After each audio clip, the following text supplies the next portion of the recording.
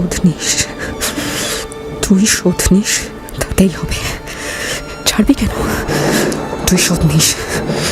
তারপর অদম্য আক্রোশে খোকার দু কাঁধ ধরে সজোরে ঝাঁকুনি দিয়ে চেঁচিয়ে ওঠে, তুই কেন এসেছিলি?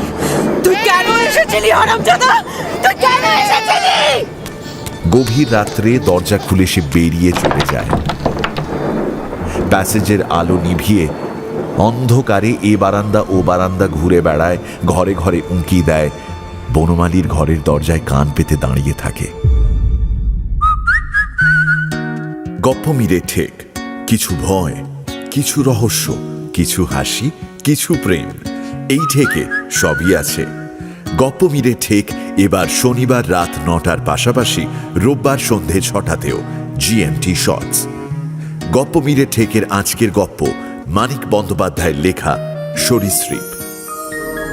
Any digital copy of this content leading to piracy is a crime.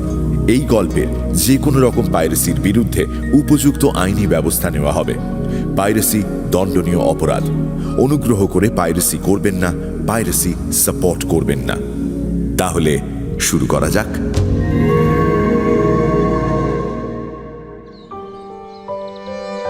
চারদিকে বাগান, মাঝখানে প্রকাণ্ড 3তলা বাড়ি। জমি কিনে বাড়িটি তৈরি করতে চারুর শ্বশুরের লাখ টাকার উপর খরচ হয়েছিল, কিন্তু মোটে 30,000 টাকার দেনার দায়ে এই সম্পত্তি চারুর হাত থেকে খসে বনমালীর হাতে চলে গেছে।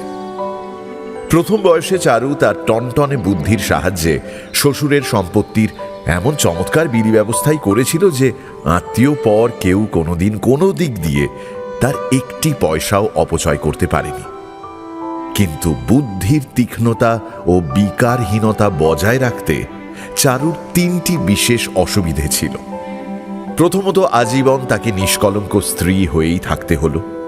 দ্বিতীয়ত, তার আধপাগলা স্বামী 20 বছরের মধ্যে একদিনও প্রাণত্যাগ করল না, অথচ এই 20 বছরে প্রতিটি মুহূর্ত বেশ ভালো মানুষের মতোই স্ত্রীর চরিত্রে ভয়ঙ্কর সন্দিহান হয়ে রইল।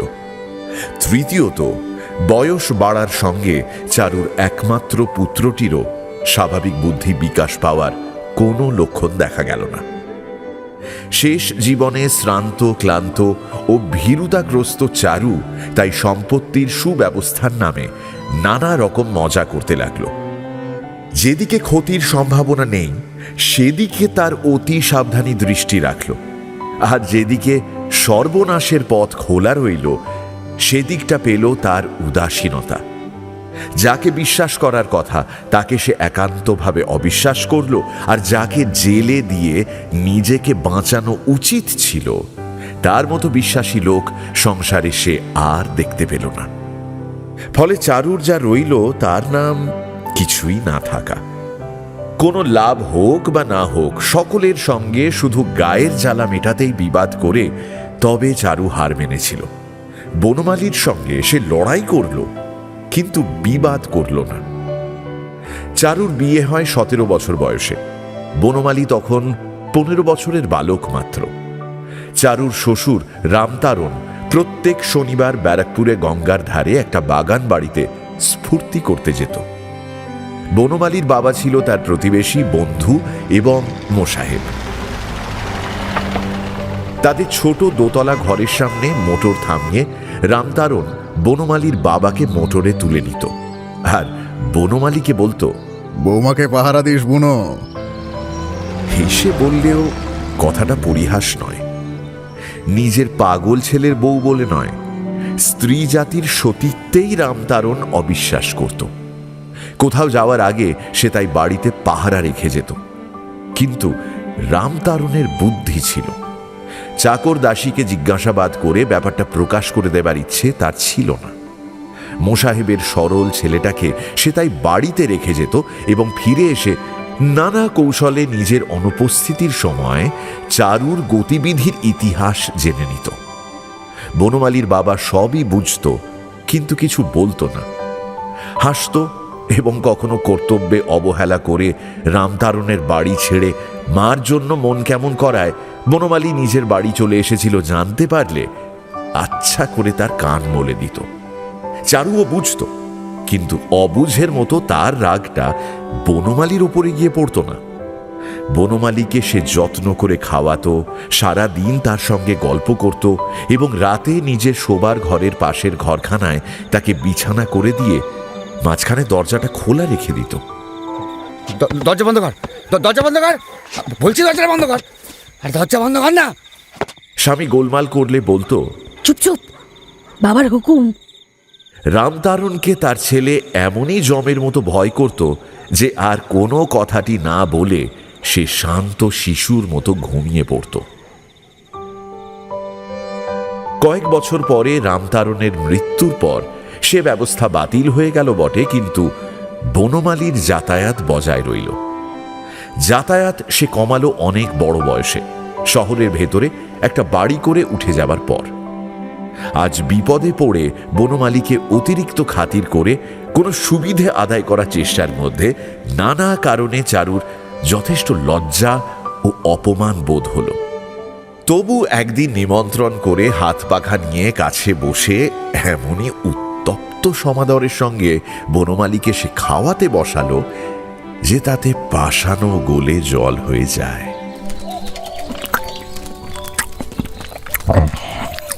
ভগবান সুবুদ্ধি দিয়েছিলেন, তাই বাগান বাড়িটা তোমার কাছে বাঁধা রাখার কথা মনে হয়েছিল ভাই। আমার সর্বস্ব গেছে, যাক কি আর করব, সবই মানুষের কপাল। মাথা গোজার ঠাইটুকু যে রইল, এই আমার ঢের। বনমালী একবার মুখ তুলে তাকালো মাত্র, চারুর মাথার চুলের কালিমা ফ্যাকাশে হয়ে এসেছে কেবল, এইটুকু লক্ষ্য করে আবার সে আহারে মন দিল। আসল ইঙ্গিত করা হয়ে গেছে, এবার একটু মিঠে কথা বলা প্রয়োজন। নিরামিষ কোপের ডালনা তোমার বোধহয় ভালো লাগছে না? হ্যাঁ গো ভাই, বেশ লাগছে। চারুর ছোট বোন পরি 1 মাসের ছেলে কোলে কাছেই বসেছিল। এতক্ষণ কথা বলতে না পেরে তার ভালো লাগছিল না। এইবার সুযোগ পেয়ে বলল, এটা কিন্তু আপনি ভদ্রতা করে বললেন বনমালী দাদা, ডালনা নিশ্চয়ই ভালো হয়নি। দিদিকে কত বললাম আমি রাঁধি দিদি, আমি রাঁধি, কিন্তু দিদি আমায় রাঁধতে দিলে তো। না রেঁধেছিস, বেশ করেছিস বাবু। ওইটুকু ছেলে নিয়ে রান্না করলে মানুষের ঘেন্না হতো না? ঘেন্না হতো? আমার রান্না খেতে বনমালী দাদার ঘেন্না হতো? স্বয়ং বিধাতায় কথা বললেও আমি বিশ্বাস করি না দিদি। আচ্ছা নে, না করিস না করিস, একটু চুপ কর তো, মানুষের সঙ্গে দুটো কথা বলতে দে। আমিও কথাই বলছি। চারু ক্রুদ্ধ দৃষ্টিতে বোনের দিকে তাকালো। 20-22 হাজার টাকা খরচ করে সে যে তার বিয়ে দিয়েছিল, এমনই রাগের সময় সে কথাটা আজকাল মনে পড়ে চারুর মনের মধ্যে খচখচ করে বেঁধে। পরীর ছেলে ঘুমিয়ে পড়েছিল। দিদি উপস্থিত থাকতে বনমালীর কাছে আমল পাওয়ার সুবিধে হবে না টের পেয়ে ছেলেকে শোয়ানোর কথাটা এতক্ষণে তার মনে পড়ল। উঠে দাঁড়িয়ে বলল, অমন করে তাকাচ্ছ কেন দিদি? মুখে কিছু লেগে আছে নাকি আমার? বনমালীর দিকে চেয়ে একটু হেসে সে চলে গেল। দেখলে ভাই, শুনলে মেয়ের কথাবার্তা, আমি যেন ওর ইয়ার। আর এই সেদিনও কেঁদে কেঁদে আমায় চিঠি লিখেছে, ও দিদি আমার সপাচেক টাকা পাঠিয়ে দিও দিদি, হ্যাঁ টাকার বেলা দিদি দিদি, অন্য সময় কেউ নয়। ছেলে মানুষ বোঝে না। বোঝে না? কুচি খুকি কি না বোঝে না? বোঝে, সব সব বোঝেও এমনি করে, তা কি আর আমি টের পাই নে? দিদি যে আর টাকা নেই, দিদি যে বলতেই হুট করে 500 টাকা পাঠিয়ে দেয়নি। বনমালী কিছু বলল না। চারুও নিজের জ্বালা আর অভিমানে খানিকক্ষণ চুপ করে রইল। ওদের স্তব্ধতা নিঃসম্পর্কীয়, কারণ আজ একজন প্রৌঢ়া নারী এবং অপরজন মধ্যবয়সী পাটের দালাল। খানিক পরে চারু বলল, হ্যাঁ তা যা বলছিলাম, ভাগ্যে এই বাড়ি আর বাগান তোমার কাছে বাঁধা রাখার কথা মনে হয়েছিল। টাকা দেবার মেয়াদ পার হয়ে গেছে বলে তুমি অবশ্যই বাড়িটা নিয়ে নেবে না, কিন্তু আর কারোর কাছে বাঁধা রাখলে কি সর্বনাশ হতো বলো তো?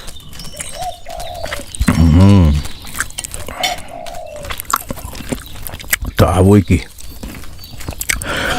বাগান বাড়ি পরের হাতে চলে যেত, কিন্তু আমার কাছে বাড়ি তো তুমি বাঁধা রাখুনি চাউরে দিয়ে বিক্রি করেছিলে। হুমা, সে কি? ওই বাড়ি আমি বিক্রি করলাম কখন? দলিলের নকলটা একবার পড়ে দেখো। 30,000 নগদ আর ওই টাকার 5 বছরের সুদের দামে তুমি আমাকে বাড়ি বিক্রি করেছো। বরাবর সুদ দিয়ে এলে বলতে পারতে বাধা আছে। মুখ পাংশু হয়ে যাওয়াটা চারু সম্পূর্ণ নিবারণ করতে পারল না। কি বলবে হঠাৎ করে ভেবে পেল না। শেষে বলল, তুই হাসছো, তাই বলো। বনমালীর মুখের হাসি অনেক আগেই মুছে গিয়েছিল, কিন্তু সে কিছু বলল না।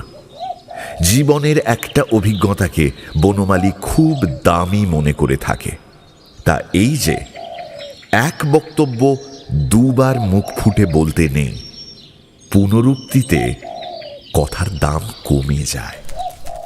আমি বলি কি, 30 হোক বা 32 দেনা তো তোমার আমি শুনতে পারছি না। এ বাড়ি দিয়ে তুমি বা কি করবে? তার চেয়ে বিক্রি করে ফেলে তোমার টাকাটা তুমি নিয়ে নাও, বাকিটা আমাকে দাও। তোমার 30,000 কেটে নিলে আমার যা থাকবে তাই দিয়ে দেশে একটা ছোটোখাটো বাড়ি তুলে বাস করি। কে জমি জায়গা যা আছে 2-4 বিঘে, তার খাজনা পাই না, ফসল পাই না, নিজে থাকলে একটা ব্যবস্থা হবে। বনমালী খাওয়া বন্ধ করল।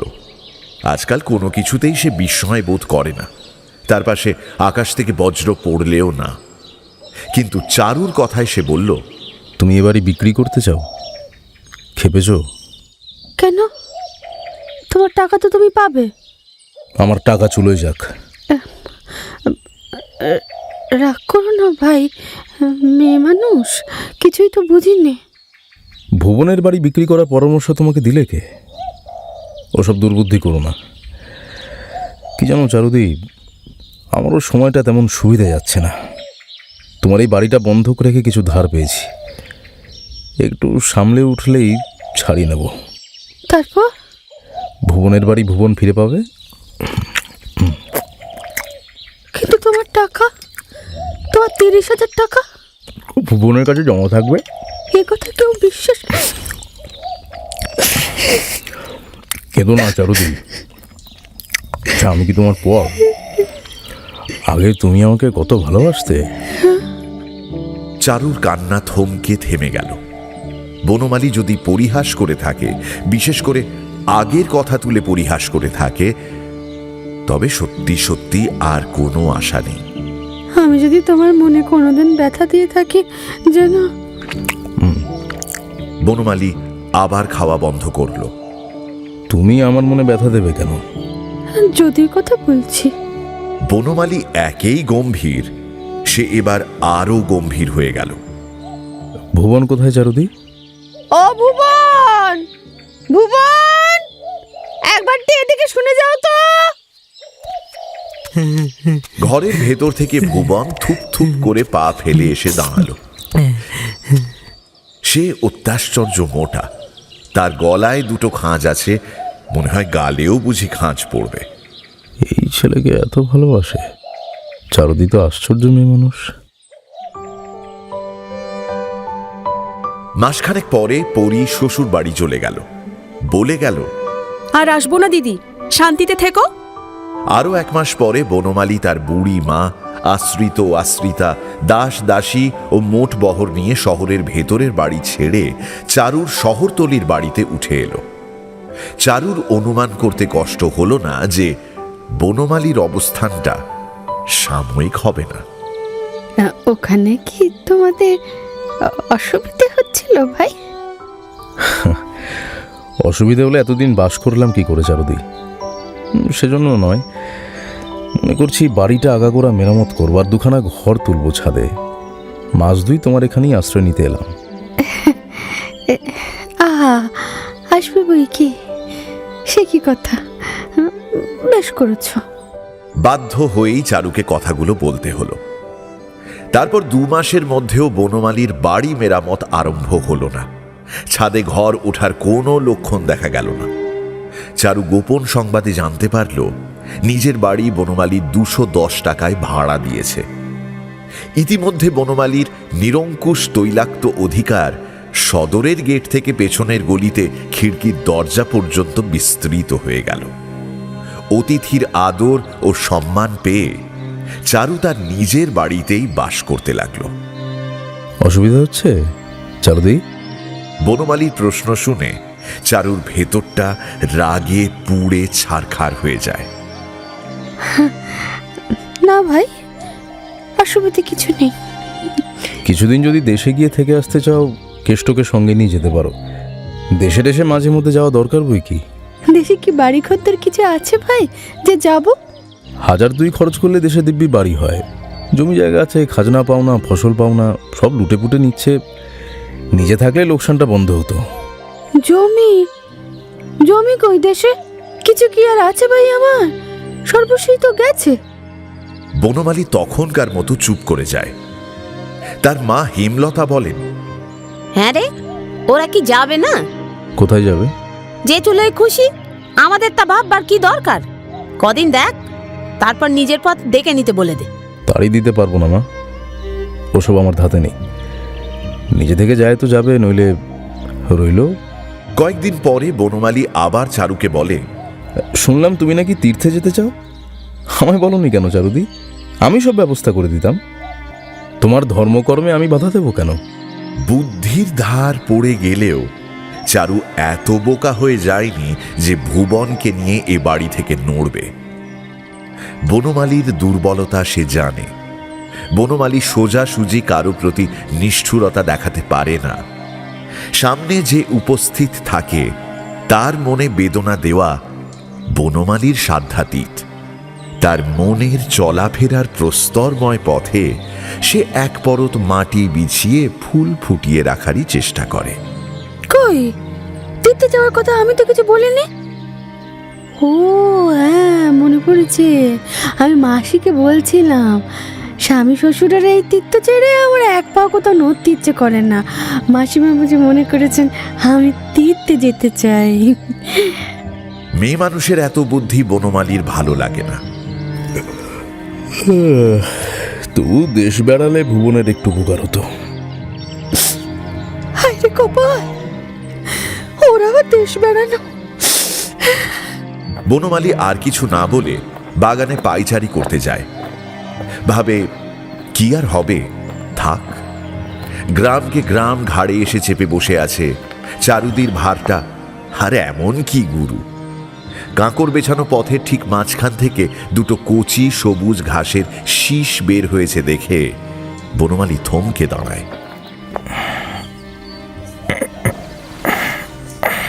পকেট থেকে একটা টাকা বের করে যমজ ভাইয়ের মতো তাদের দুটোকে সে চাপা দিয়ে দেয়। ভাবে আগে চারুর যদি টাকা না থাকতো।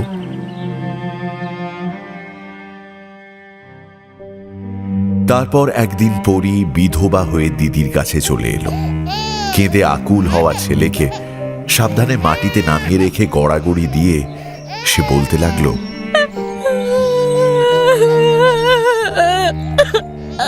দিদি গো, আমার কপাল পড়েছে গো।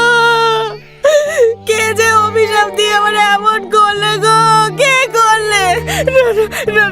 আমি বাঁচতে পারবো না, এইভাবে এই জীবন আমি বাঁচতে পারবো। কোথায় গেল? কোথায় গেল? একই আরে কি করছো? এই ওকে থাম, এগুলো করো না। এগুলো এই কি হলো? কি আরে করো না, এগুলো কি করছো? তো থামাও না ওকে। গলায় আঁচল জড়িয়ে পাক দিয়ে পরী গলায় ফাঁস দেবার চেষ্টা করছিল, কিন্তু হেমলতা ফাঁস খুলে দেওয়ায় সে চেষ্টা সে ত্যাগ করল। খানিকক্ষণ মেঝেতে কপাল কুটে হাত কামড়ে চেঁচিয়ে এক বিষম কাণ্ড বাঁধিয়ে তুলল ও ছুটে নিজের ঘরে গিয়ে দড়াম করে দরজাটা বন্ধ করে দিল।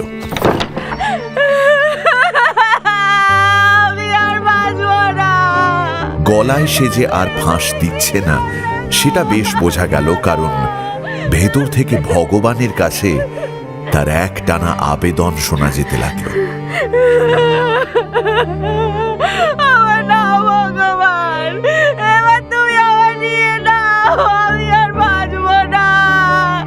এই পরি, পরি অমন করে কাঁদিস নে পরি।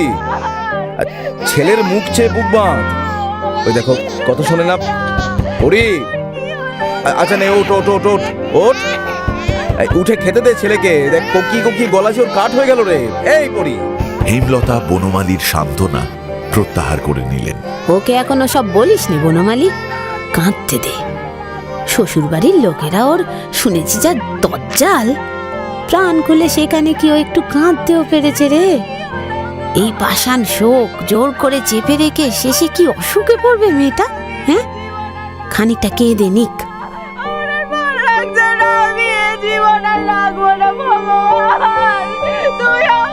পরি আরো জোরে কেঁদে উঠল। বনমালীর বিপদের আর সীমা রইল না। কান্না তার একেবারেই সহ্য হয় না, অথচ চলে যাবার কোনো উপায় নেই। পরি মনে করবে, দেখো কি নির্মম, দেখো আমার এমন লোকটা চোখ মেলে একটু চেয়েও দেখলো না। ওদিকে চারুর সারা শব্দ বন্ধ হয়ে গেছে। খানিক পরে দম নিয়ে পরি বলল,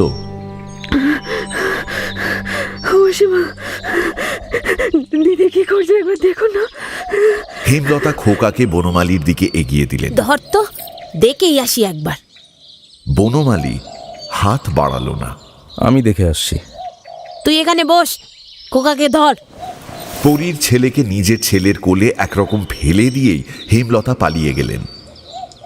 খোকাকে সঙ্গে নিলে অল্পক্ষণের মধ্যেই তাকে আবার ফিরে আসতে হতো, সে ইচ্ছা হেমলতার ছিল না। এসব তার ভালো লাগে না, সদ্য বিধবার এই কান্নাকাটি। তাছাড়া কুপিত বায়ুর প্রকোপে সর্বদা তার মনের মধ্যে আগুন জ্বলছে। কোনো প্রকার উত্তেজিত হওয়া কবিরাজের নিষেধ। পরের মেয়ের কপাল পোড়ার ঝাঁঝে শেষে কি তার তালু জ্বলবে?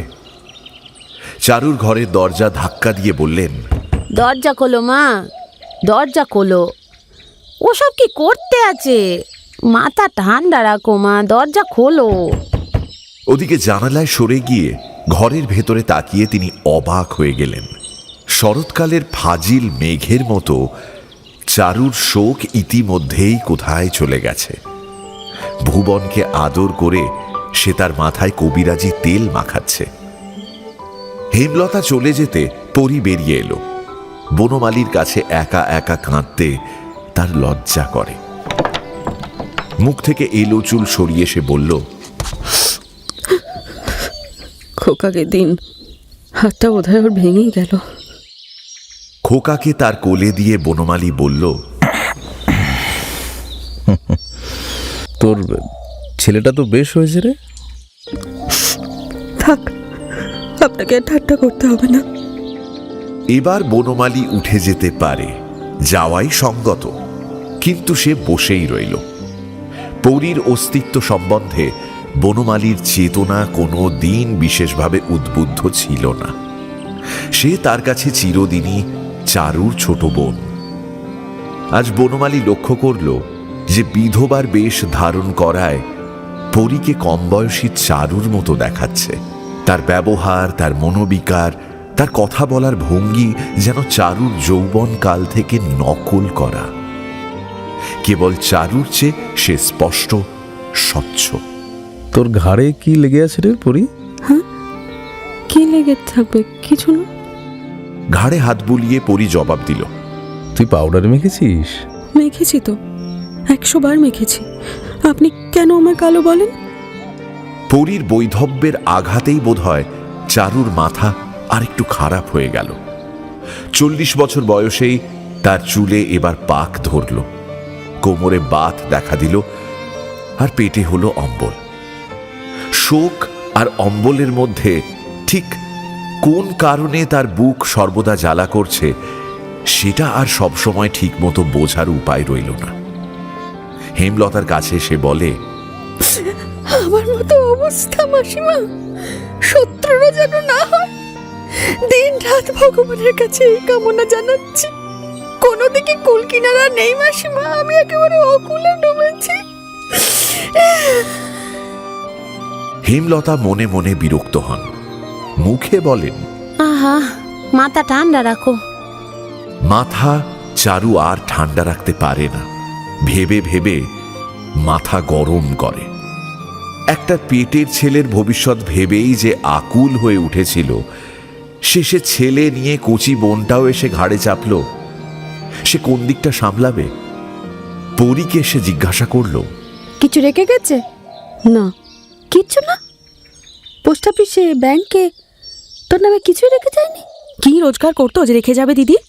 মাস গেলে হাত খরচের টাকার জন্য বাপের কাছে হাত পাতত। রেখে যাবে? আমি যা দিয়েছিলাম।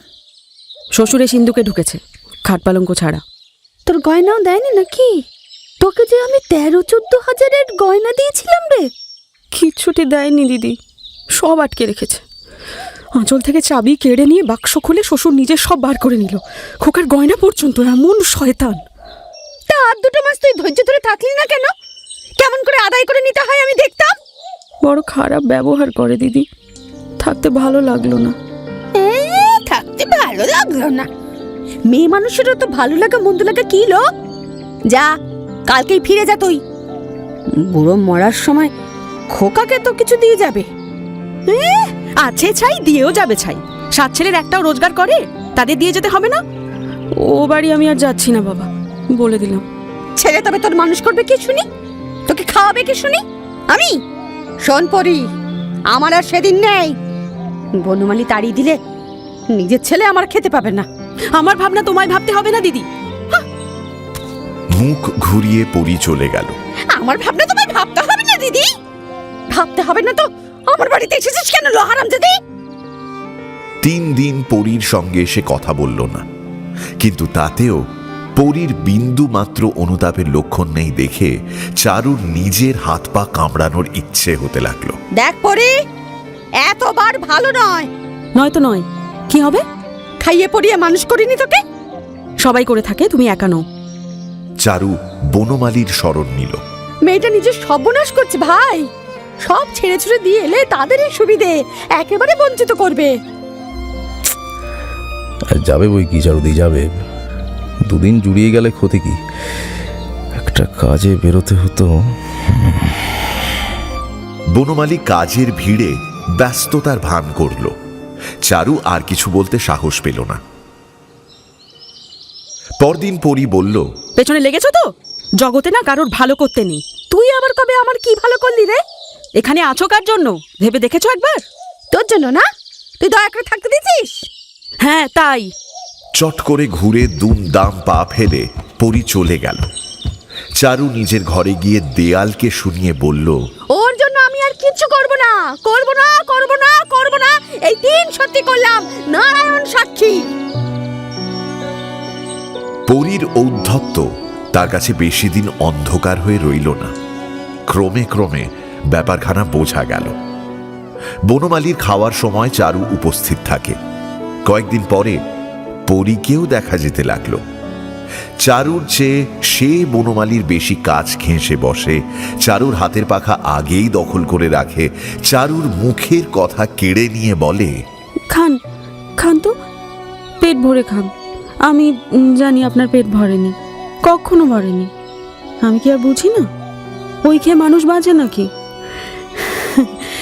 কাল না আপনাকে পেঁপের ডালনা রেঁধে দেবো, কেমন? খেয়ে দেখবেন, বেশ রাঁধি। চারু এমন করে বলতে পারে না। এমন স্নেহ সঞ্চিত গাঢ় কণ্ঠে, এমন মনোহর আবদারের ভঙ্গিমায়। অবাক হয়ে সে বোনের মুখের দিকে তাকিয়ে থাকে। হাঁ করে তাকিয়ে কি দেখছো দিদি? দুধটা এনে দাও, খাওয়া যে হয়ে এলো, উঠে গেলে ভালো হবে। পরী যেন বনমালীর ছায়াটাকেও দখল করতে চায়।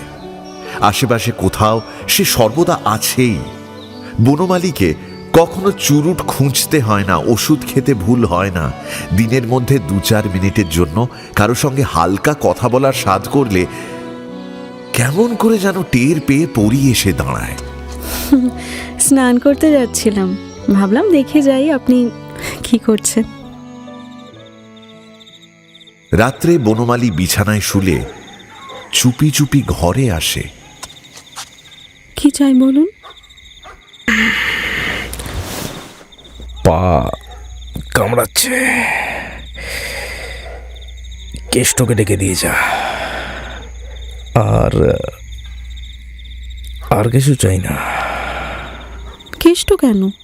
আমি কি পা টিপতে জানিনি? অবশ্য পা সে টেপে না, অত বোকা পরি নয়। কেষ্টকেই ডেকে দেয়, হুকুম দিয়ে যায়, যাওয়ার সময় আলো নিভিয়ে দিস কেষ্ট। ছেলের দিকে তাকানোর সময় পরীর হয় না। ঝির কোলে পরীর ছেলে প্রায় মাতৃস্তনের জন্য কেঁদে কেঁদে ঘুমিয়ে পড়ে। বনমালীর চারদিকে পরী যে বৃত্ত রচনা করে রাখে, তার পরিধির বাইরে চারু পাক খেয়ে বেড়ায়, কোথাও প্রবেশের কোনো ফাঁক দেখতে পায় না। কি মেয়ে বাবা, হ্যাঁ, এ দেখছি সর্বনাশ করে ছাড়বে।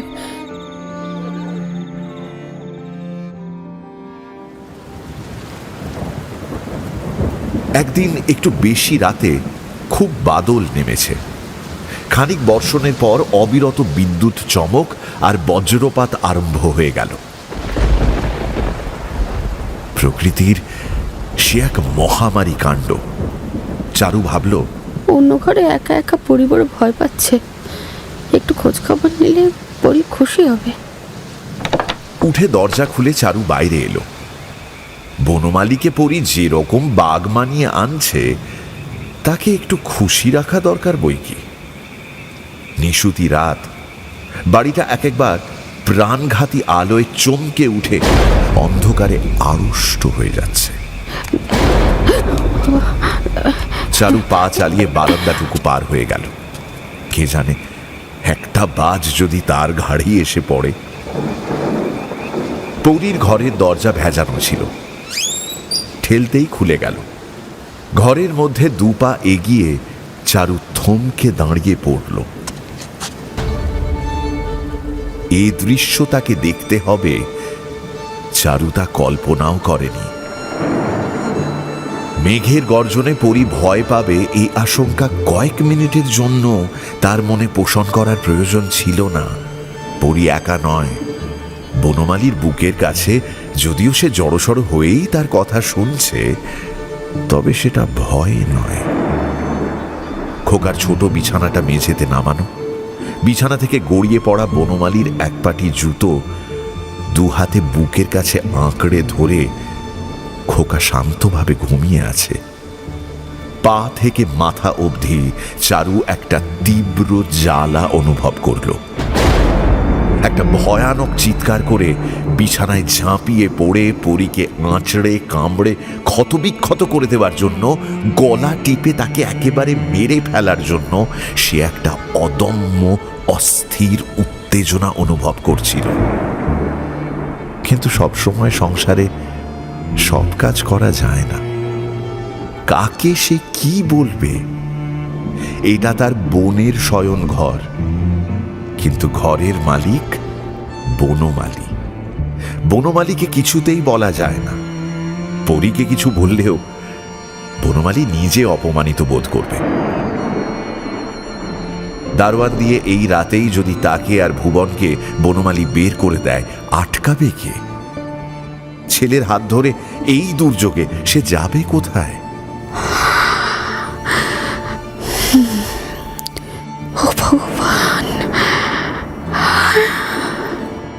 চারু আস্তে আস্তে ঘর থেকে বের হয়ে গেল। দরজা যেমন ভেজানো ছিল তেমনই ভেজিয়ে দিল। আকাশে এখনো বিদ্যুৎ চমকাচ্ছে। আকাশের এক প্রান্ত থেকে আরেক প্রান্ত পর্যন্ত চিড় খাওয়া বিদ্যুৎ। চারু ভাবতে লাগলো, এই কি মহাবিস্ময়ের ব্যাপার যে পরী শেষ পর্যন্ত বনমালীকে জয় করে ছাড়ল।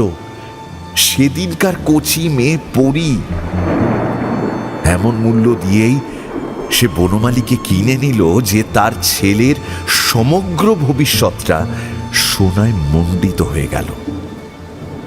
বনমালী এবার সারা জীবন অনুতাপ করবে আর পরীর ছেলের পেছনে টাকা ঢালবে। হয়তো ভুবনকে না দিয়ে এ বাড়িটা সে পরীকেই দান করবে আর বলবে, ভুবন আর বাড়ি দিয়ে কি করবে চারুদি, পরীকেই দিয়ে দিলাম। ঘরে গিয়ে খাটে বসে ছেলের গায়ে হাত রেখে চারু অনেকক্ষণ চুপচাপ ভাবল।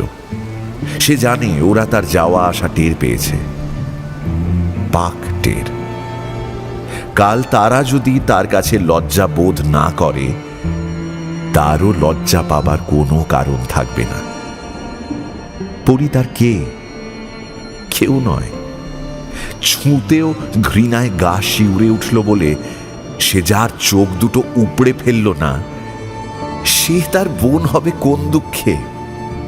কপাল পুড়ে যাওয়ার 3 মাসের মধ্যে এমন কাজ যে করতে পারে, বাড়ির ঝিয়ের চেয়েও সে পর অনাত্মীয়া। রক্ষয় নরকের সঙ্গে তার কোনো সম্পর্ক নেই।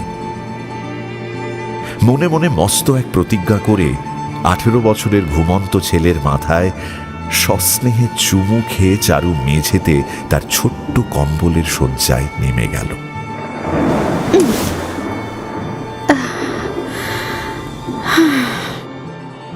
এ বাড়িতে পাপের বন্যা বয়ে যাক, এই ঘরখানাকে সে পবিত্র মনে করবে। যতদিন বাঁচে সপুত্র এই ঘরের বায়ু সে নিঃশ্বাসে গ্রহণ করবে। বাইরে এমন বৃষ্টি হয়ে গেল, তাদের গায়ে লাগলো কি? বাইরে যত অন্যায় ঘটে চলুক, তাদের গায়ে ছোঁয়া লাগবে না। এই কথাগুলো বারবার ভেবে এবং শেষ পর্যন্ত বিশ্বাস করেও চারু কিন্তু সমস্ত রাত ঘুমোতে পারল না। পরীর আদিম শৈশবের ইতিহাস ছায়াছবির রূপ নিয়ে তার চোখের সামনে ভেসে আসতে লাগল। বাপের বাড়ির গ্রামে পরী যখন ছেঁড়া ডুরে পড়ে ঘুরে বেড়াতো, আর বিয়ের পর এখানে এসে পিঠে বেনি দুলিয়ে স্কুলে যেত, তখনকার কথা। কত আদরে কত যত্নে তাকে সে মানুষ করেছিল। সেই পরী যে আজ তার ভুবনের মুখের গ্রাস কেড়ে নেওয়ার জন্য এমন ভাবে নিজের সর্বনাশ করল, এর আকস্মিকতা, এর অসামঞ্জস্য সমস্ত রাত চারুকে অভিভূত করে রাখল। বনমালীকে ভালোবেসে যৌবনের অপরিতৃপ্ত অসহ্য ক্ষুধায় অথবা নেহাত ছেলে মানুষই খেয়ালে যে পরী এই নিদারুণ ভুল করে থাকতে পারে, চারুর মনে ঘুণাক্ষরেও সে কথা উদয় হল না। যার বিয়ে হয়েছে, যে 3 বছর স্বামীর ঘর করেছে, বিশেষ করে যে তার বোন, তার মধ্যে ওসব পাগলামি চারু কল্পনা করতে পারে না। 40 বছরের জীবনে কারো মধ্যেই আভিজাত্যের চিহ্ন তো সে খুঁজে পায়নি। মতলব থাকে, যেদিকে যেভাবে মানুষ পা ফেলুক, পেছনে মতলব থাকে। বনমালীর 38 বছর বয়স হয়েছে। টাকা ছাড়া তার আর কি আছে যে তার টানে মেয়ে মানুষ লক্ষ্যভ্রষ্ট হবে? মানুষটা একটু অদ্ভুত, একটু গম্ভীর। প্রথম বয়সে মনে মনে সেও তাকে একটু ভয় করত। মনে হতো তার ভেতরটা কি কারণে মুচড়ে মুচড়ে পাক খাচ্ছে, তার বড় যন্ত্রণা। তখন বনমালী যুবক, তার মধ্যে সে তো তখনও কোনো আকর্ষণ আবিষ্কার করতে পারেনি। তার নৈকট্যকে, তার নির্বাক আবেদনকে, তার দু চোখের গভীর তৃষ্ণাকে সে যে কতবার অপমান করেছে তার হিসেব হয় না। তার সঙ্গে কথা বলার সময়ও কি সবসময় সে পেত? তার কাছে মানুষ হয়ে পরী কি তার মনের জোর এতটুকুও পায়নি? অসহায় আক্রোশে থেকে থেকে চারুর মনে হতে লাগলো, এর চেয়ে সেই যদি সেই সময় বনমালীর নিকট আত্মসমর্পণ করত, তাও ভালো ছিল। এরকম বিপদ ঘটাবার সুযোগ পরী আজ তাহলে পেত না। চারুর জীবনে অন্ধ আবেগের স্থান ছিল না। সমস্ত জীবন তাকে সংসারের এলোমেলো বিরুদ্ধ শক্তির সঙ্গে সংগ্রাম করতে হয়েছে। প্রথম জীবনে তার লড়াই ছিল অভাবের সঙ্গে আর গ্রামের 2-3টে যুবকের স্বভাবের সঙ্গে। বিয়ের পর তার লড়াই শুরু হয়েছিল ধনসম্পদের পলাতক প্রবৃত্তির সঙ্গে আর নিজেকে সামলে না চলার দুরন্ত ইচ্ছের সঙ্গে। এর কোনোটাই সহজ ছিল না। পুরুষ অভিভাবকের অভাবে সম্পত্তির ব্যবস্থা করতে তার যেমন প্রাণান্ত হতো, অবাধ স্বাধীনতার সঙ্গে পাগলা স্বামীকে খাপ খাওয়াতেও তার তেমনি অবিরাম নিজেকে শাসন করে চলতে হতো। হাতে টাকা, দেহে রূপ, মনে অতৃপ্ত যৌবন, এরকম ভয়ানক সমন্বয় ঘটেছিল বলে সারা জীবন তাকে অনেক ভুগতে হয়েছে। চারুর হৃদয়ের কতকগুলো স্থান তাই ভয়ানক শক্ত।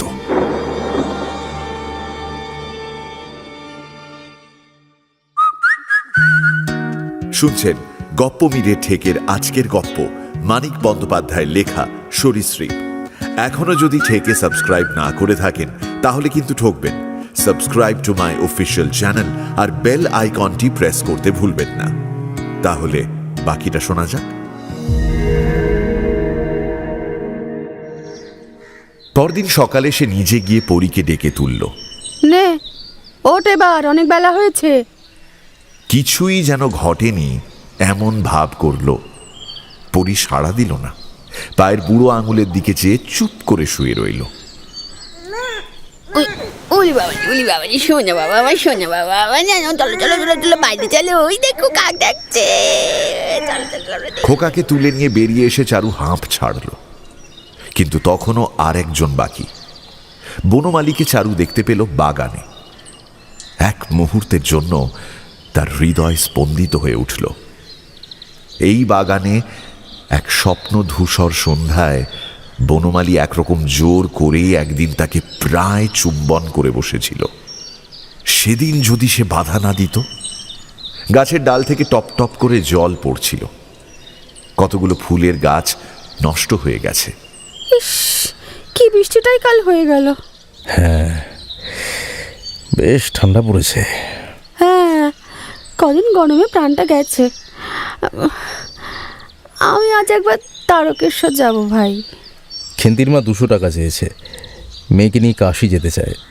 তুমি যাবে ওদের সঙ্গে? চারু মাথা নেড়ে বলল, কাশি আমার মাথায় থাক ভাই, তোমাদের ছেড়ে আমি কোথাও যেতে পারবো না। খেন্তির মান কি, ও হুট করে যেখানে খুশি যেতে পারে, আমরা পারি নে। আমাদের মায়া মমতা আছে, 20 বছর ধরে যার সঙ্গে।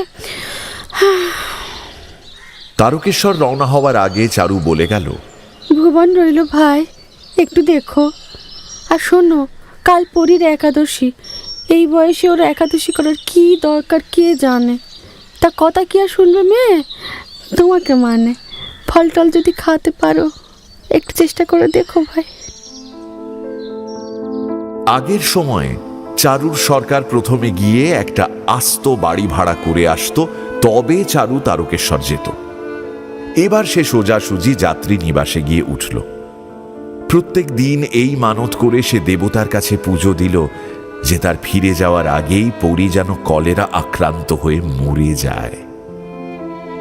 পরীর যে আর বেঁচে থাকার দরকার নেই, দেবতাকে এই কথাটা সে খুব ভালো করেই বুঝিয়ে দিল। আর পরীর ছেলেকে সে নিজেই মানুষ করবে। তৃতীয় দিন মন্দিরে পুজো দিয়ে যাত্রী নিবাসে ফিরে চারু দেখল এক বউয়ের কলেরা হয়েছে। তাকে বিদায় করার ষড়যন্ত্র আর সেখান থেকে পালানোর উদ্যোগ নেওয়া যাত্রীদের কোলাহলে যাত্রীশালা সরগরম।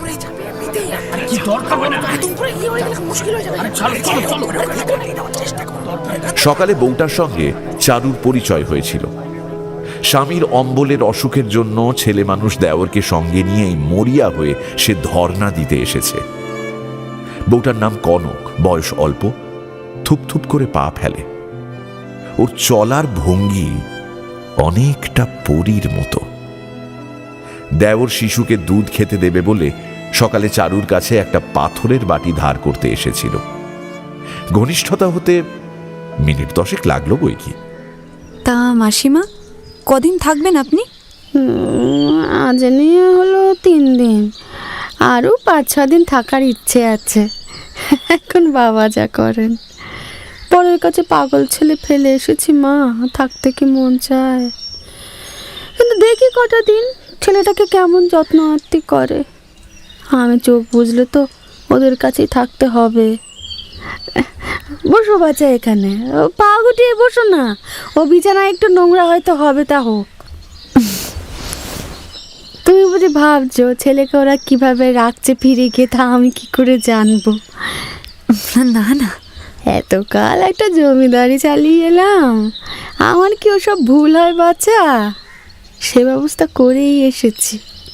আমার পদ্ধতিকে দুটো টাকা দিয়ে এসেছি, চোখ দিয়ে সব দেখবে, কান দিয়ে সব শুনবে, আর ফিরে গেলে আমায় সব বলবে।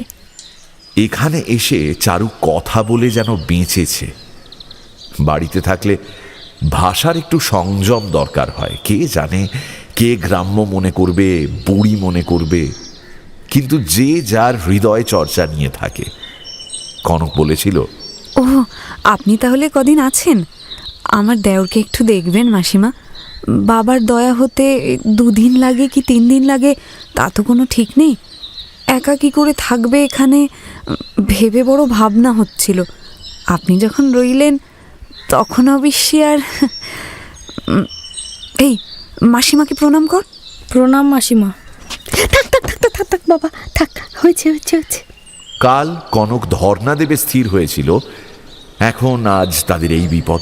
আর এখানে থাকা না, এখনই পালাতে হবে। না না না না না না না না বাবু তুমি তোমার বৌদিকে নিয়ে বাবা থানে যাও। না না বাবা থানে না, বাড়ি নিয়ে যাও। গাড়ি গাড়ি গাড়ি রাখো, কেউ গাড়ি রাখো। গাড়ি গাড়ি গাড়ি গাড়ি।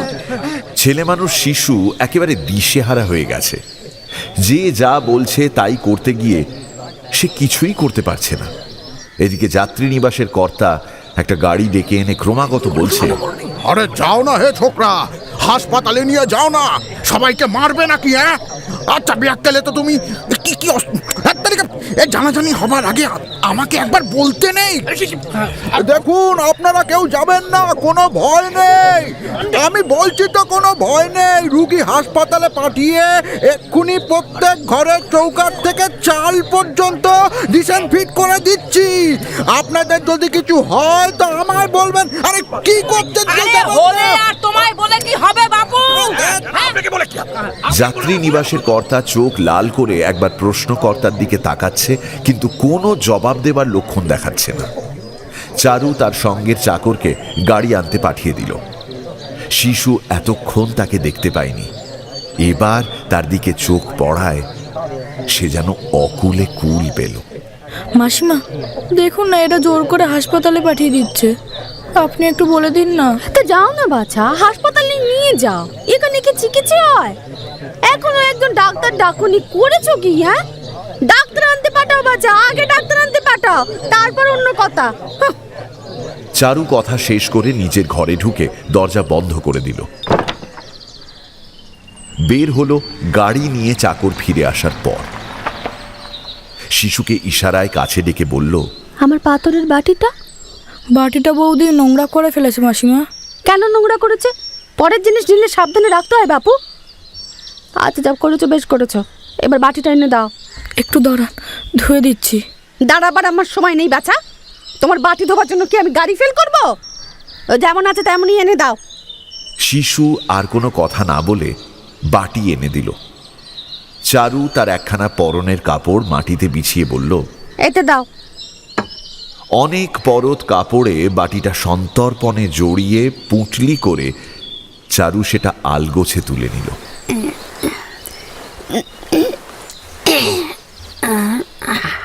নিজের জিনিস ফিরিয়ে নিয়ে চোরের মতো কয়েকবার চারদিকে চেয়ে শিশুর হাতে 10 টাকার একটা নোট গুঁজে দিয়ে সে পালিয়ে এলো। বাড়ি ফিরে ধুলো পায়ে সকলের আগে চারু পরীর হাতে পাথরের বাটিতে নির্মাল্য তুলে দিল। এক হাতে নয়, 2 হাতে ধর। ছেলের মা তুই, তোর তো সাহস কম নয় পরি। কপালে ঠেকি খেয়ে ফেল। 2টো ভাত যে দিদি। কি ভাত নয়, প্রসাদ, খা। দাঁড়িয়ে দাঁড়িয়ে সে পরীর নির্মাল্য পান দেখল। তারপর বাটিটা নিয়ে স্নানের ঘরে সাবান দিয়ে সোডা দিয়ে অনেকবার মাজল। নিজে 1 ঘন্টা ধরে স্নান করে এসে বেতের বাস্কেট থেকে দেবতার ফুল বের করে ভুবনের কপালে ছুঁয়ে জিজ্ঞেস করল, হ্যাঁ রে বাবা, তোকে সকলে ভালোবেসেছো তো? না, তোমার কাছে পালিয়ে যাচ্ছিলাম, কেসটা আমায় ধরে আনলো কেন? হ্যাঁ আমার ঘরে বন্ধ করে রেখেছিল মা। চারু পরে ঝিকে জিজ্ঞেস করলো, কে রে পদ্ম, সকলের ভাবসাব কিরকম দেখলি বলতো? সকলেরই ভাবসাব মন্দ নয়, আবার ভালোও নয়, কিন্তু ওই দুইয়ের মাঝামাঝি। পরিধি তার ভাগ্নেকে ঠিক সময় মতো না হোক ডেকে খাইয়েছে, মার জন্য হাউমাউ করে কাঁদলে বোলানোর চেষ্টাও যে করেনি এমন নয়, তবে চোখে চোখে ওকে কেউ রাখেনি। কাল দুপুরবেলা ভুবন চুপি চুপি পালাচ্ছিল, আমি দেখতে পেয়ে কেষ্টকে দিয়ে ধরে এনেছি। গোলমাল শুনে বনমালী দাদা এসে তাকে কয়েক ঘন্টা ঘরে বন্ধ করে রেখেছিল। কি জানো তো দিদি, মার মতো কি কেউ করে? আমি যে চিরকাল বাঁচব না পদ্ম, তখন কি হবে? আচ্ছা, মারধর করেনি তো কেউ? না না, মারধর কেউ করেনি। ধরে আনার সময় কাল কেষ্ট বোধ হয় ভুবনকে একটু মেরেছিল, কিন্তু পদ্ম সে কথা গোপন করে গেল। চারুর পুরো নাম চারু দর্শনা, পরীর পুরো নাম পরীরানী। এগুলো কেবল যে নাম তা নয়, মানানসই নাম। সারাদিন পরীকে চারু আজ বিশেষভাবে সুন্দরী দেখল, অপরূপ, অভিনব। পরী যতবার তার লাল করা ঠোঁট দুটো ফাঁক করে হাসল, ততবারই চারুর সর্বাঙ্গে একটা শিহরণ বয়ে গেল। অমন করে কি দেখছো দিদি? এত রূপ নিয়ে সংসারে থাকাটা কিছু না, চারিদিকে আগুন জ্বেলে দিত বই তো নয়। চারুর শরীরটা ভালো লাগছিল না, সে সকাল সকাল শুয়ে পড়ল। একটা আশঙ্কা সে মন থেকে কোনো মতেই দূর করতে পারছিল না যে আজ রাত্রেই যদি পরীর কলেরার লক্ষণ প্রকাশ পায়, ভুবনকে কোথাও সরানোর সময় পাওয়া যাবে না। তারকেশ্বরের সেই বউটার ভেদ বমির কথা স্মরণ করে চারুর গা ঘিন ঘিন করতে লাগলো। মনে হতে লাগলো একটা নোংরামির মধ্যে সে শুয়ে আছে, বিছানাটা অপবিত্র, অসুচি। সম্ভবত মনের ঘেন্নাতেই খানিক পরে চারুর বমি পেল, আর খানিক পরে সে প্রথমবার বমি করল। একবার বমি করেই তার মনে হলো সমস্ত শরীরের রস তার শুকিয়ে গেছে। দিদি, দিদি, আস্তে আস্তে আস্তে। ওপরে আর কলেরা হয়েছে, বনমালীকে ডাকছে কি? বনমালী উঠে এলো, ডাক্তারকে ফোন করা হলো। চারুদি, ডাক্তারকে খবর পাঠিয়েছি, চিন্তা করো না। ডাক্তার এলো 1 ঘন্টা পর। ইতিমধ্যে চারুর মাথা একেবারে খারাপ হয়ে গেছে। বিড়বিড় করে আপন মনে কি যে সে বকতে লাগলো, কেউ তার মানে বুঝল না। আমার ভুবনটা কি হবে? কে দেখবে ওকে?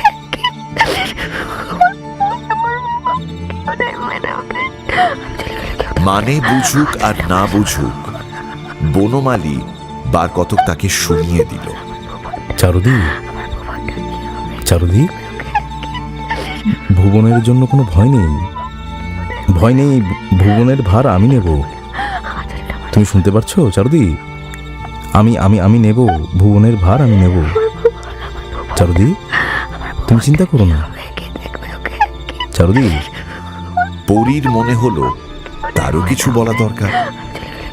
ভুবনকে আমি চোখে চোখে রাখবো দিদি, চোখের আড়াল করবো না, কখনো না। কিন্তু মরে গেলেও চারু কি এর একটা কথাও বিশ্বাস করে? 40টা বছর সংসারে বাস করে সে যে শিক্ষা পেয়েছে, শুধু মৃত্যু কেন, মৃত্যু যার বিধান তারও বোধ হয় ক্ষমতা নেই সে শিক্ষা তাকে ভুলিয়ে দেয়। কদিন পরী খুব কাঁদল।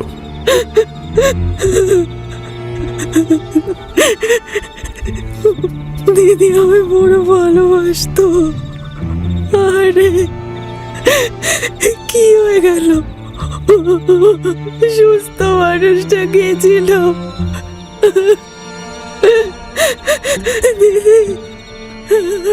সেই কথা বনমালীকে সে যে কতবার শোনালো তারই ইয়ত্তা নেই। বনমালী সব ভয়ে তাকে এড়িয়ে চলতে লাগলো। তখন পরী সভয়ে কান্নাও বন্ধ করল এবং সুরও বদলে ফেলল। একদিনের তরেও সুখ কাকে বলে জানতে দেয়নি। তারপর ওই তো ছেলে গিয়েছে বলেই বেঁচেছে। শরীরটাও ভেঙে গিয়েছিল। হ্যাঁ, অম্বলের অসুখটা হবার পর থেকেই তো মরার দাখিল হয়েছিল, অথচ একটুও যত্ন হয়নি। তেমন মানুষই ছিল না দিদি। সকলের সেবাই করেছে প্রাণপণে, পরের জন্য খেটে খেটে নিজের প্রাণটা দিয়েছে। আর চোখে চেয়ে সে আবার বলল, বড় ঘা খেয়ে গেল। আমাদের একটু সাবধান হওয়া উচিত ছিল, কি বলো? হলে না কেন? বাহ, আমি হলাম মেয়ে মানুষ, আমাদের কি অত হিসেব থাকে?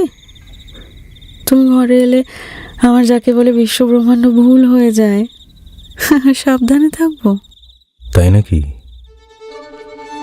চারুর মৃত্যুর পর বনমালী দিনে অথবা রাত্রে কখনো পরীর ঘরে আসেনি। দুর্ভাবনায় পরীর আর সীমা ছিল না। চুলে সেদিন সে অল্প একটু তেল দিল। এলো চুলে একটু স্নিগ্ধ রুক্ষতাই ভালো মানায়।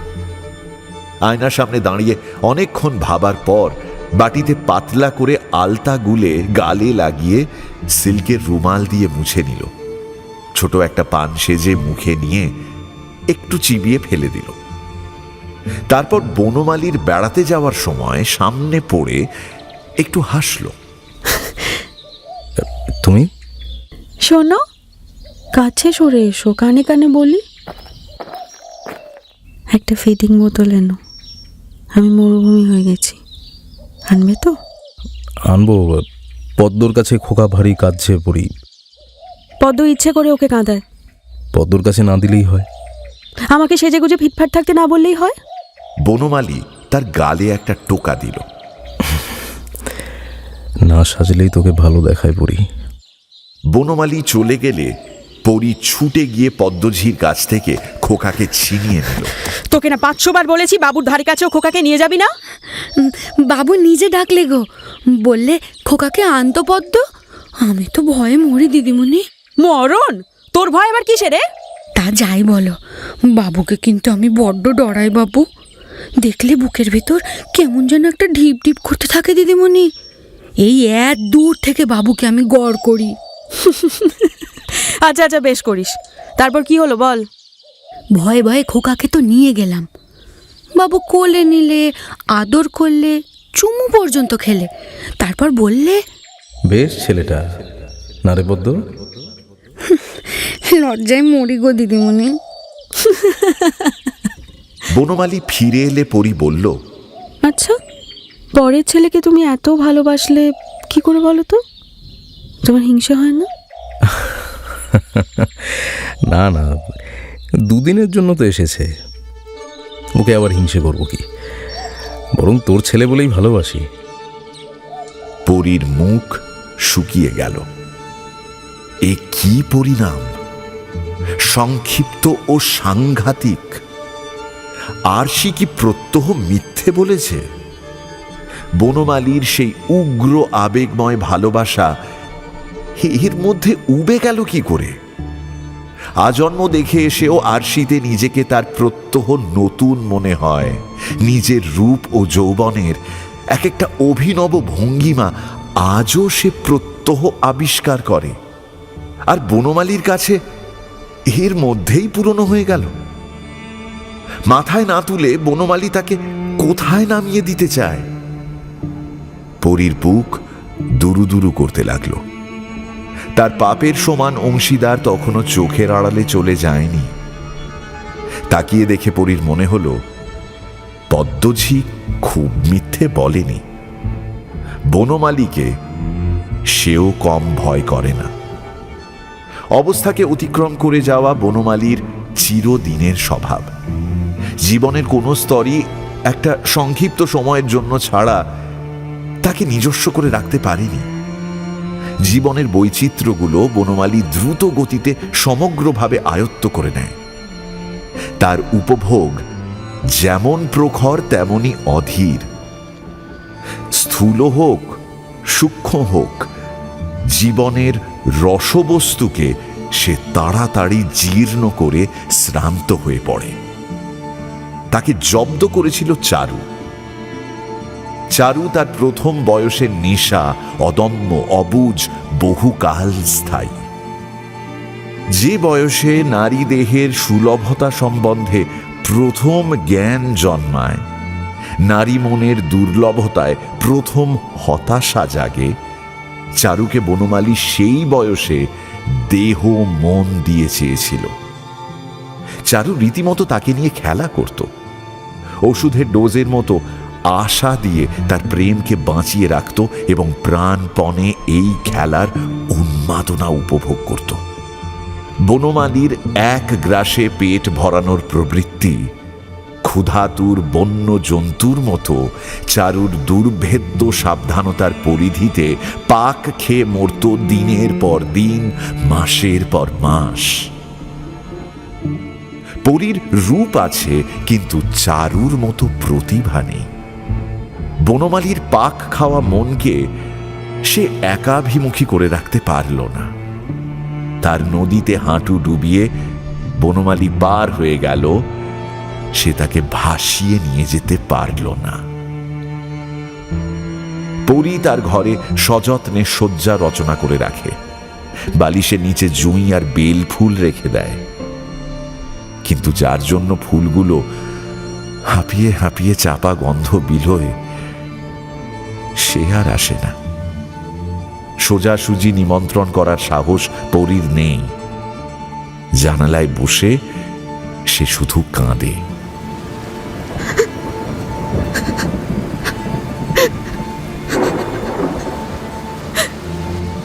এখন প্রকৃত বর্ষাকাল।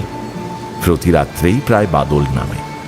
গাঢ় ভেজা অন্ধকারে বিবরবাসিনী নাগকন্যার মতো পরী ফুলে ফুলে শুধু শ্বাস নেয়। খোকা কাঁদে, কেঁদে কেঁদে তার গলা ভেঙে আসে। শ্রান্ত হয়ে একসময় ঘুমিয়ে পড়ে। পরী সাড়া শব্দ দেয় না। খানিক পরে খোকার মুখের ওপর ঝুঁকে মন্ত্রোচ্চারণের মতো বলতে থাকে, শোধ নিস, তুই শোধ নিস, তাতেই হবে। ছাড়বি কেন? তুই শোধ নিস। তারপর অদম্য আক্রোশে খোকার দু কাঁধ ধরে সজোরে ঝাঁকুনি দিয়ে চেঁচিয়ে ওঠে, তুই কেন এসেছিলি? তুই কেন এসেছিলি হারামজাদা? তুই কেন এসেছিলি? গভীর রাত্রে দরজা খুলে সে বেরিয়ে চলে যায়। প্যাসেজের আলো নিভিয়ে অন্ধকারে এ বারান্দা ও বারান্দা ঘুরে বেড়ায়, ঘরে ঘরে উঁকি দেয়, বনমালীর ঘরের দরজায় কান পেতে দাঁড়িয়ে থাকে। একদিন নৈশ ভ্রমণের সময় ভুবনের ঘরে উঁকি দিয়ে সে দেখতে পেল বিছানায় উপুড় হয়ে সে হাপুস নয়নে কাঁদছে।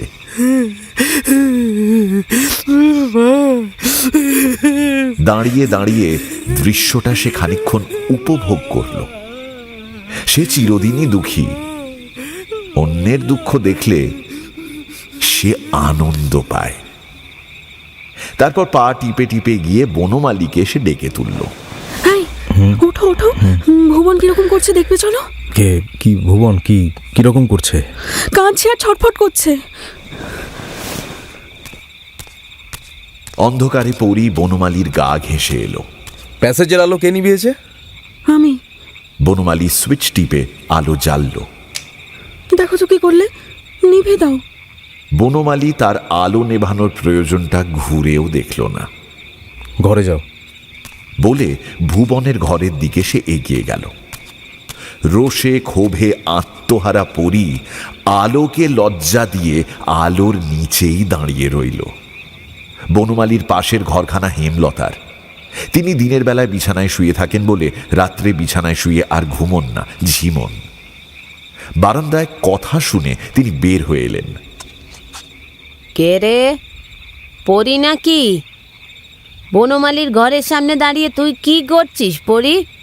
এরপর ব্যাপারটা ঠাহর করলেন। মরণ তোমার, বেহায়া মেয়ে! পরী তখন যে কাজ করে বসল তার অর্থ ও উদ্দেশ্য পরিষ্কার। চট করে বনমালীর ঘরে ঢুকে সে সজোরে দরজাটা বন্ধ করে দিল এবং স্তম্ভিতা হেমলতা নড়ার শক্তি ফিরে পাওয়ার আগেই বনমালীর একটা চাদর গায়ে জড়িয়ে তার পাশ কেটে ছুটে নিজের ঘরে চলে গেল। হেমলতা শূন্যকে সম্বোধন করে বললেন, এ কি কাণ্ড মা! হ্যাঁ, পরদিনটা কোনো রকমে চুপ করে থেকে তারপরের দিন হেমলতা ছেলেকে অনুরোধ করলেন, পরীকে এবার পাঠিয়ে দে বনমালী। দেব এখন থাক। পরীকে এখন সে অবহেলা করছে। অমন সুন্দর একটা পুতুলের আবোল তাবোল নাচ দেখতে তার ভারী মজা লাগছে। এই অবস্থাটা অতিক্রান্ত না হলে বনমালী তাকে কোথাও পাঠাবে না। হেমলতা অত জানেন না। তিনি আবার বললেন, না বাবা, পাঠিয়েই দে না। স্বামী না থাক, স্বামীর ঘর তো আছে, কেন পরের বোঝা ঘাড়ে করে আছিস? হ্যাঁ, দুটি খায় ও আবার বোঝা কি মা। হেমলতা আর কিছু বলতে সাহস পেলেন না। ডাইনির মায়া থেকে ছেলেকে কেমন করে উদ্ধার করবেন শুয়ে শুয়ে তাই ভাবতে লাগলেন। কবিরাজের মাথা গরম না করার উপদেশটা পর্যন্ত তার স্মরণ রইল না। দুদিন পরে আবার বললেন, যা রাগী মানুষ তুই, তোকে বলতে সাহস হয় না বাপু, কিন্তু চোখ মেলে এ তো আর দেখা যায় না বনমালী। কি হয়েছে রে? কি রাগের মাথায় কিছু করে বসবি না বল। না, আমার রাগ হয় না, বলো তুমি বলো। পরীর স্বভাব চরিত্র ভালো নয় বনমালী, মেয়ে মিটমিটে ডান। শ্রীধরের ভাইটা আসে জানিস, ওই যে রোগা লম্বা কোঁকড়া চুল রে। জানি, আমার চিঠি টাইপ করে। আমি নিজের চোখে দেখেছি। দুপুরবেলা সেদিন চোরের মতো পরীর ঘর থেকে বেরিয়ে এদিক ওদিক চেয়ে নিচে নেমে গেল। কবে? পরশু। পরশু তো আমি তখন পরীর ঘরে ছিলাম। টাইপ করার জন্য শ্রীধরের ভাই একটা দরকারি চিঠি নিতে এসেছিল, বুঝলে।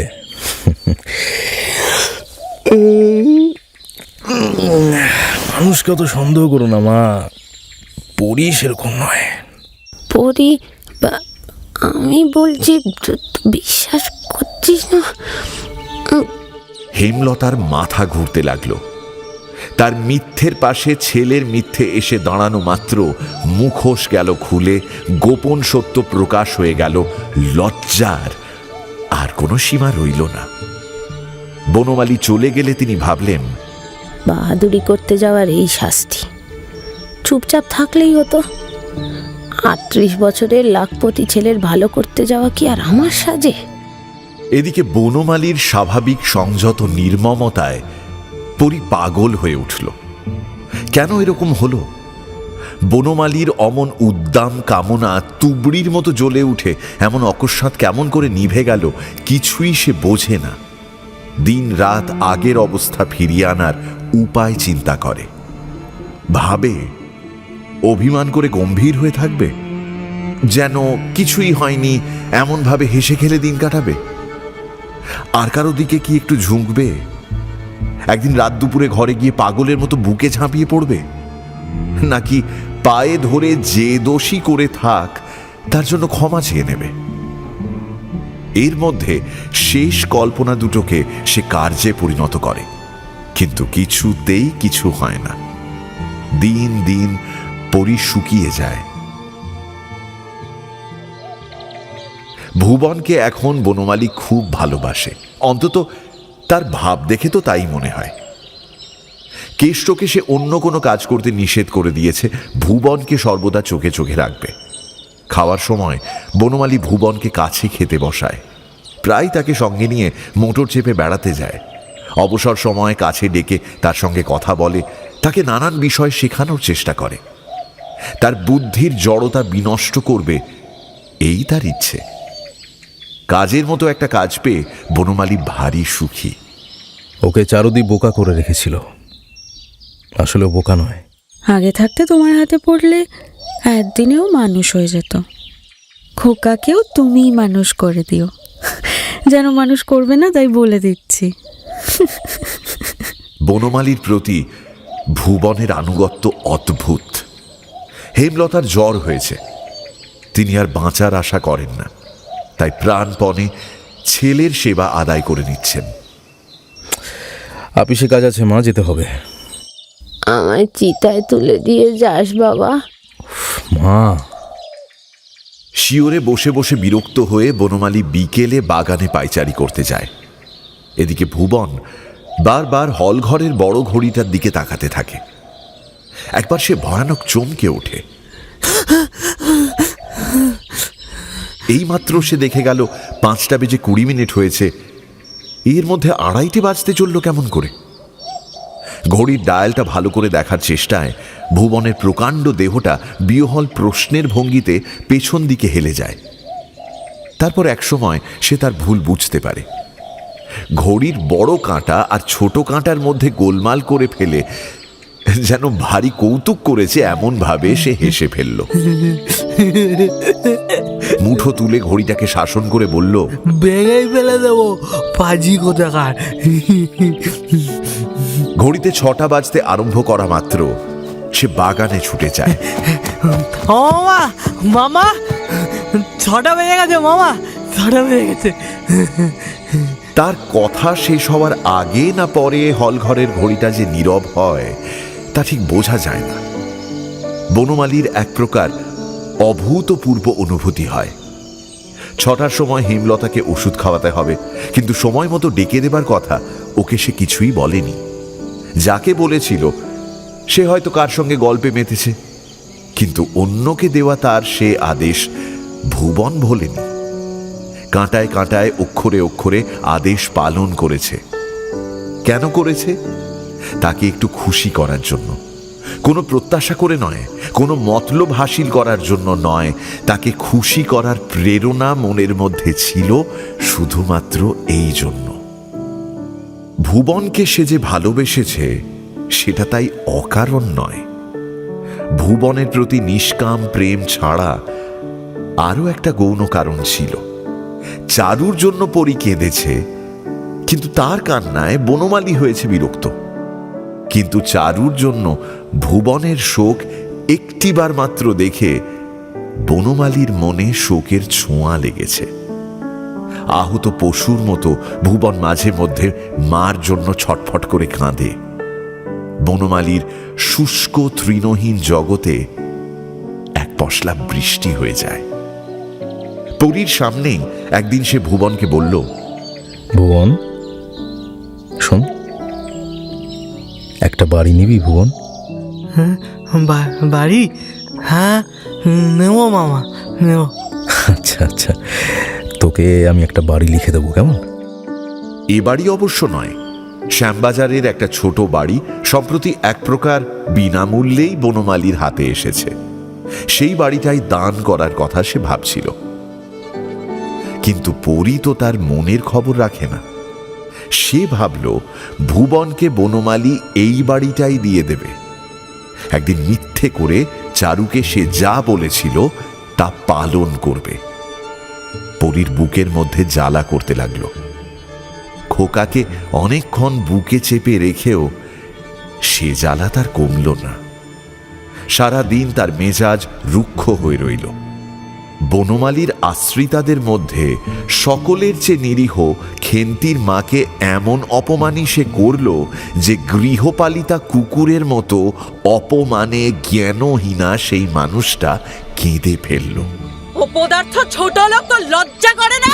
তুই এই সমস্ত কাজ করে যা, বেরিয়ে জায়গা থেকে। অনেক সহ্য করেছি তোকে, আর করবো না। বেরো বেরো এখান থেকে, দূর হ। তারপর পদ্মঝির সঙ্গে পরীর কলহ হয়ে গেল। বিকেলে বিনা অপরাধে কেষ্টকে সে তার পায়ের চটি ছুঁড়ে মারল এবং পঞ্চমী তিথিতে একাদশী করে গভীর রাত্রে উন্মত্তার মতো বনমালীর রুদ্ধ দরজার সামনে মাথা কপাল কুটে এসে ঘুমন্ত ছেলেটাকে হ্যাঁচকা টানে কোলে তুলে নিয়ে কয়েক সেকেন্ডের জন্য তার ছোট্ট নরম গলাটা সজোরে টিপে ধরল।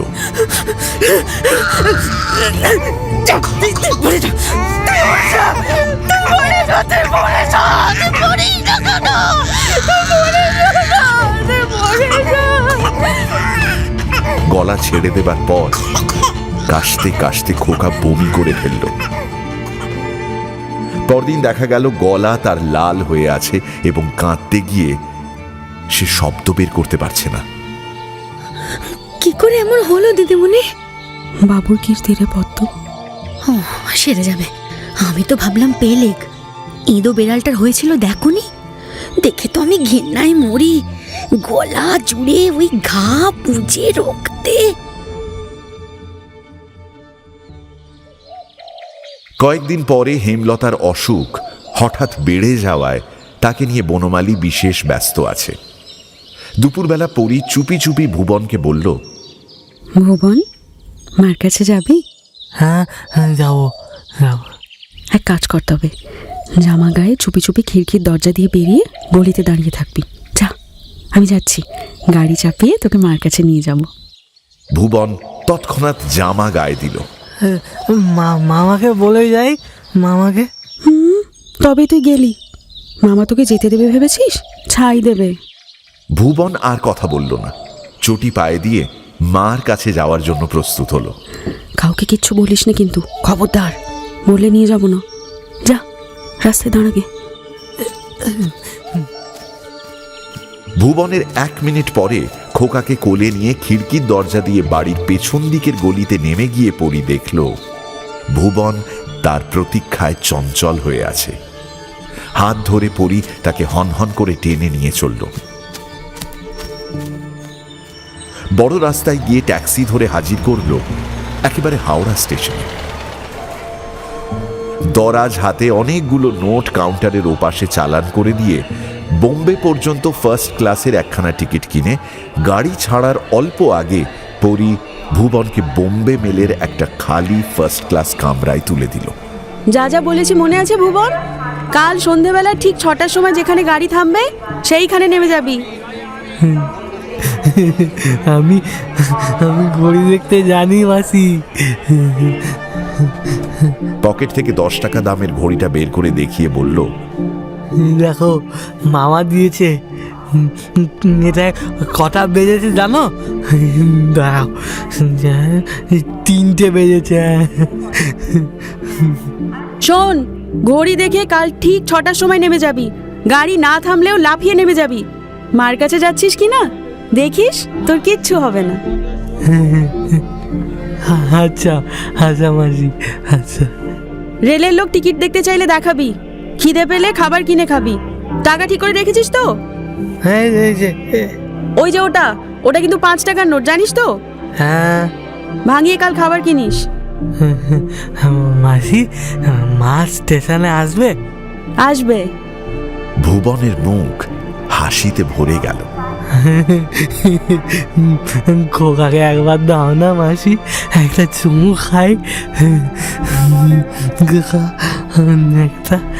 পরি খোকাকে বুকের মধ্যে আঁকড়ে রাখল। না না না না, এক্ষুনি গাড়ি ছেড়ে দেবে। এই তো ছেড়ে দিল। টাটা মাসি।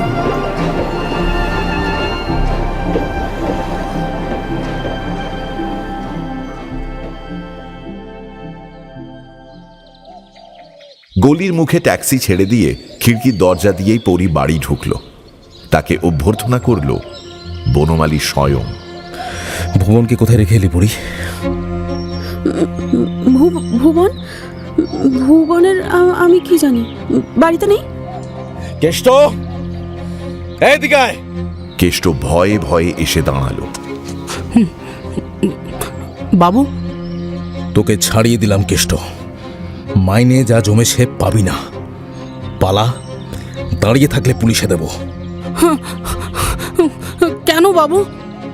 রাত দুপুরে তুই দোতলায় এসে দাঁড়িয়ে থাকিস বলে আমার 900 টাকা চুরি গেছে। ঝি চাকর, আশ্রিত ও আশ্রিতারা চারদিকে ভিড় করে দাঁড়িয়ে আছে। পরীর বুকের মধ্যে ঢিপ ঢিপ করছিল। ভুবন কোথায় গেছে? কেষ্ট পালিয়ে গেছে? কেষ্টর হয়ে জবাব দিল বনমালী। ও জানে না, তুই ঘরে যা পড়ি। দোতলায় যে ঘরখানায় সে এতদিন ছিল, বনমালী যে সে ঘরখানার কথা বলেনি, ঘরে ঢুকেই পরি তা টের পেল। তার সমস্ত জিনিস অদৃশ্য হয়েছে। ধোয়া মোছা শূন্য ঘরের মাঝখানে সে অবাক হয়ে দাঁড়িয়ে রইল। বনমালী এসে বলল, এখানে তোর থাকতে অসুবিধা হচ্ছিল বলে আমি নিচে তোকে একটা ঘর দিয়েছি পড়ি, খেন্তির পাশের ঘরখানা। নিচে ভাঁড়ারের পাশে এক সারিতে খানসাতে ঘর আছে। বনমালী যাদের খেতে দেয় ওটা তাদের কলোনি অথবা বস্তি। খেন্তির পাশের ঘরখানা ওই সারিতেই। পরীর মুখ পাংশু হয়ে গেল। ইতিমধ্যে শুধু সন্দেহের ওপর তার বিচার হয়ে শাস্তির ব্যবস্থা হয়ে গেছে এটা সে হঠাৎ ধারণা করতে পারল না। এ বাড়িতে যাদের স্থান ঝি চাকরেরও নিচে, বনমালী অনায়াসে তাকে তাদের দলে নামিয়ে দিল। সারাদিন ধরে সে যে নিজের অনুপস্থিতির কৈফিয়ত রচনা করেছে সেটা একবার শোনারও দরকার মনে করল না। আমি কি করেছি? তোমার গা ছুঁয়ে বলছি আমি কিচ্ছু করিনি, আমি কিছু করিনি, বিশ্বাস করো। কিন্তু গা সে ছোঁবে কার? বনমালী এগিয়ে গেছে, বিদায় নিয়েছে। পরীকে নিচেই যেতে হলো। খেন্তি বলল, কি গো, ওপর থেকে তাড়িয়ে দিলে? বড় লোকের মর্জি দিদি, কি করবে বলো? কি যে বলো তা ঠিক নেই। তাড়িয়ে আবার কে দেবে? কেউ তাড়ায়নি, আমি যেচে এসেছি। ওপরে যেসব মেচ্ছাচার বিধবা মানুষ, আমার পোষালো না। ভাবলে অবাক লাগে বোন, এ বাড়ি তো একদিন তোমার নিজের দিদির ছিল। আজ যে রানী, কাল সে দাসী, হায় রে কপাল। ছোট্ট স্যাঁতস্যাঁতে অন্ধকার ঘরে ঢুকেই পরী কেঁদে ফেলল।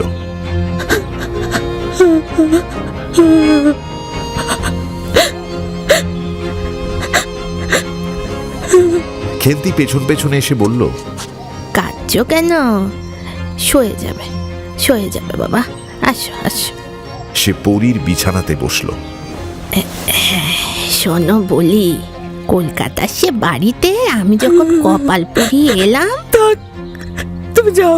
আহা শোনোই না, আমি যখন কপালপুরি এলাম, বাড়ির রাজা আমাকে বললে, নিচেরটা স্যাঁতস্যাঁতে, তুই ওপরেই থাক, তোর মা সহ্য হয়ে গেছে, কিছু হবে না, তোর অসুখ করবে। আমি খেন্তির হঠাৎ খেয়াল হলো পরী সখী নয়, ওকে শুনিয়ে বুক হালকা হবে না। ব্যাপার বুঝে আমি রাজি হলাম না, নিচে মার কাছেই রইলাম। পরী শুয়ে পড়ল। আগাগোড়া চাদর মুড়ি দিয়ে বলল, আমার জ্বর আসছে, তুমি যাও ভাই। আচ্ছা।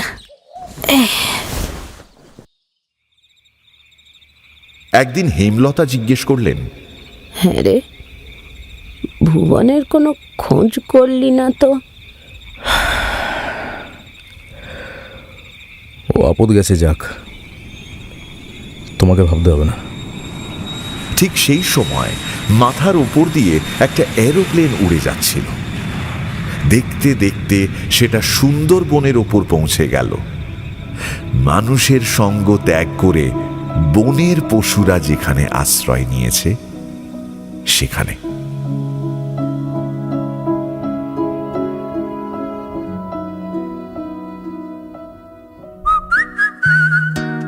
এখনকার মতো গপ্প মিলে ঠেকের সময় শেষ। পরের সপ্তাহে আরো একটা নতুন গপ্প নিয়ে আসবো আমি। Till then, like, share and subscribe to my channel and don't forget to click on the bell icon for notifications. নিজে তো শুনছেনই, সঙ্গে বন্ধুদেরও জানান। প্রত্যেক শনিবার রাত 9টায় আমি মীর নিয়ে আসি গপ্প মিলে ঠেক, আপনার গপ্পের প্লেলিস্ট।